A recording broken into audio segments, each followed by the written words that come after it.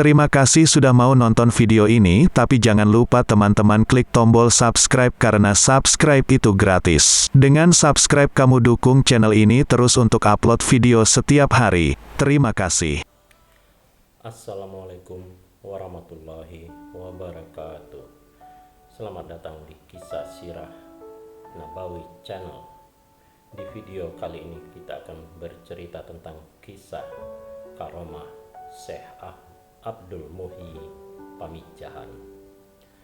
Nama Syekh Abdul Muhyi tak asing lagi bagi para warga di Pamijahan, Tasikmalaya, karena sosoknya diyakini sebagai salah seorang wali Allah yang memiliki segudang karomah. Ayahnya, Sembah Lebe Wartab Kusuma, adalah keturunan Raja Galuh untuk Pajajaran. Abdul Muhyi lahir di Mataram sekitar tahun 1650 Masehi atau 1071 Hijriah dan dibesarkan oleh orang tuanya di kota Gresik. Dia selalu mendapat pendidikan agama baik dari orang tua maupun dari ulama-ulama sekitar Gresik. Saat berusia 19 tahun, dia pergi ke Aceh untuk berguru kepada Syekh Abdul Raub Singkil bin Abdul Jabbar selama 8 tahun. Pada usia 27 tahun, dia beserta teman sepondok dibawa oleh gurunya ke Baghdad untuk berziarah ke makam Syekh Abdul Qadir Al-Jailani dan bermukim di sana selama 2 tahun. Setelah itu diajak oleh Syekh Abdul Raub ke Makkah untuk menunaikan ibadah haji. Ketika sampai di Baitullah, Syekh Abdul Raub mendapat ilham kalau di antara santrinya akan ada yang mendapat pangkat kewalian. Dalam ilham itu dinyatakan, apabila sudah tampak tanda-tanda, maka Syekh Abdul Raub harus menyuruh santrinya pulang dan mencari gua di Jawa bagian barat untuk bermukim di sana. Suatu saat, sekitar waktu asar di Masjidil Haram, tiba-tiba ada cahaya yang langsung menuju Abdul Muhyi, dan hal itu diketahui oleh gurunya Syekh Abdul Raub sebagai tanda-tanda tersebut. Setelah itu, Syekh Abdul Raub menyuruh pulang Abdul Muhyi ke Gresik untuk minta restu dari kedua orang tua karena telah diberi tugas oleh gurunya untuk mencari gua dan harus menetap di sana di salah satu daerah di Jawa Barat. Sebelum berangkat mencari gua, Abdul Muhyi dinikahkan oleh orang tuanya dengan Ayu Bakta Putri dari Sembah Dalem Sacap Parana Putra Dalem Sawidak atau Raden Tumenggung Wiradadaha III. Tak lama setelah pernikahan, dia bersama istrinya berangkat ke arah barat dan sampailah di daerah yang bernama Dharma Kuningan. Atas permintaan penduduk setempat, Abdul Muhyi menetap di Dharma Kuningan selama 7 tahun. Kabar tentang menetapnya Abdul Muhyi di Dharma Kuningan terdengar oleh orang tuanya, maka mereka menyusul dan ikut menetap di sana. Di samping untuk membina penduduk, dia juga berusaha untuk mencari gua yang diperintahkan oleh gurunya. Dengan mencoba beberapa kali menanam padi, ternyata gagal karena hasilnya melimpah. Sedang harapan dia sesuai isyarat tentang keberadaan gua yang diberikan oleh Syekh Abdul Raub adalah apabila di tempat itu ditanam padi, maka hasilnya tetap sebenih, artinya tidak menambah penghasilan. Maka di sanalah gua itu berada. Karena tidak menemukan gua yang dicari, akhirnya Syekh Abdul Muhyi bersama keluarga berpamitan kepada penduduk desa untuk melanjutkan perjalanan mencari gua. Setelah menempuh perjalanan yang cukup panjang, sampailah di daerah Pamengpek, Garut Selatan. Di sini dia bermukim selama 1 tahun untuk menyebarkan agama Islam secara hati-hati, mengingat penduduk setempat waktu itu masih beragama Hindu. Setahun kemudian ayahanda, Sembah Lebe Wartakusuma, meninggal dan dimakamkan di kampung Duku di tepi kali Cikaengan.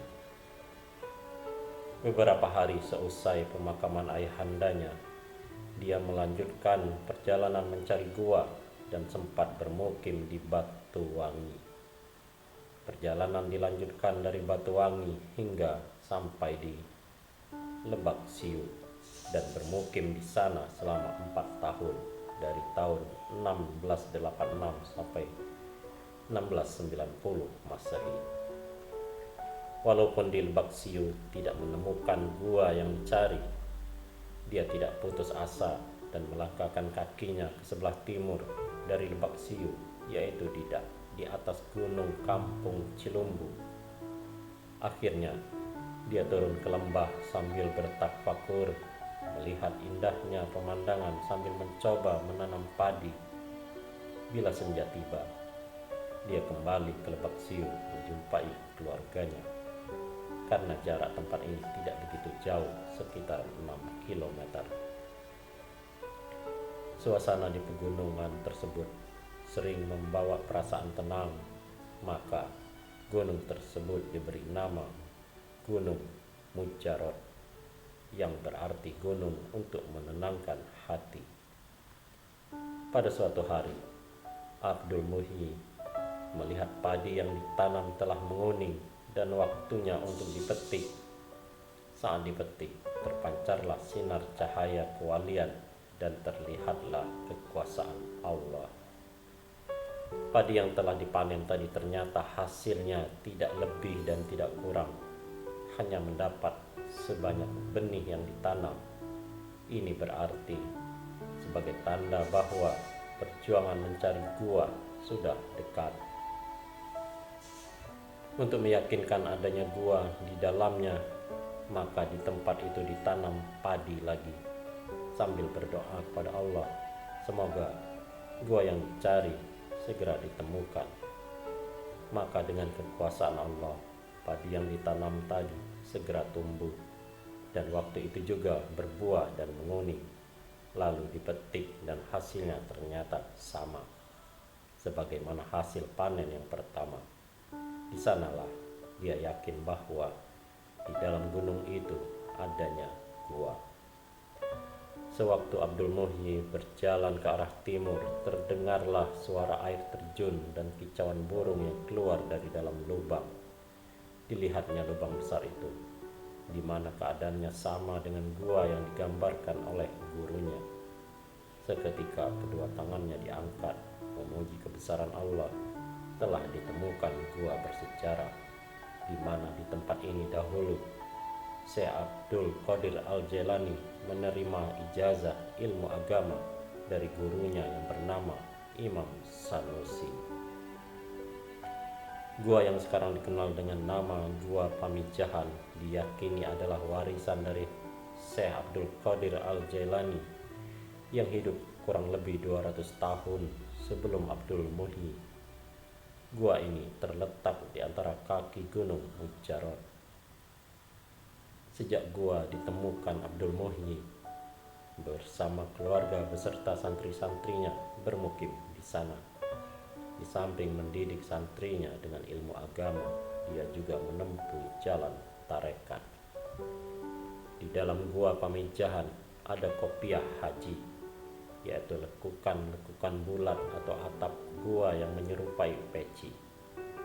Konon, jika ada yang pas saat berdiri, insya Allah akan bisa naik haji.